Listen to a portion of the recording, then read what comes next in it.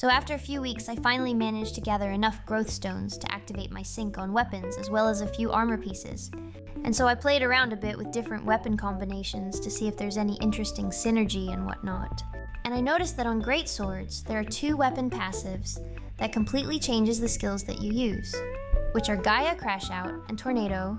So I went ahead and bought the lithograms for both of them to try them out and see if Dual Greatsword works or not.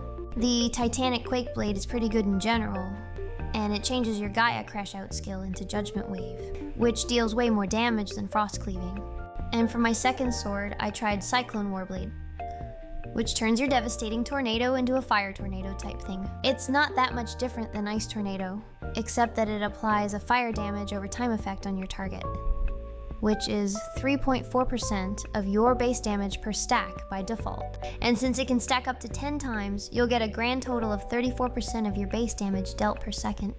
And that isn't very good because comparing to Touch of Despair from 1, which adds up to 123% damage per second, 34% is like nothing burger. Although the difference is that 1 got way less base damage. Meanwhile, Greatsword got near 2 times the base damage, which would naturally increase the fire damage as well. Although Spear and Staff can also apply the fire effect, while having almost the same amount of base damage as Greatsword. So that kinda renders Cyclone Warblade's passive useless.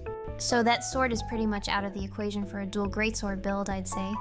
And everything else was expensive, so I went and bought a Dentist Greatsword, which has this pretty cool passive that gives you more base damage depending on how much health you have.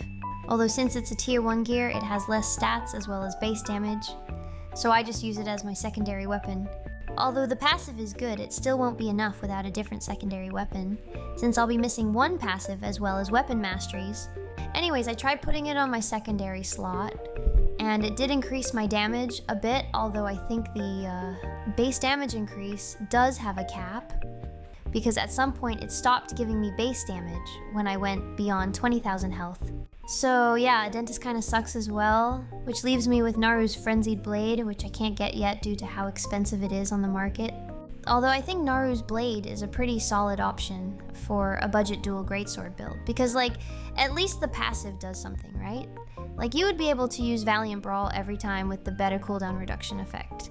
Other than that, I think dual Greatsword isn't viable unless you have like Tevent and Cordy Greatsword, so if you guys found something that works, feel free to let me know in the comments.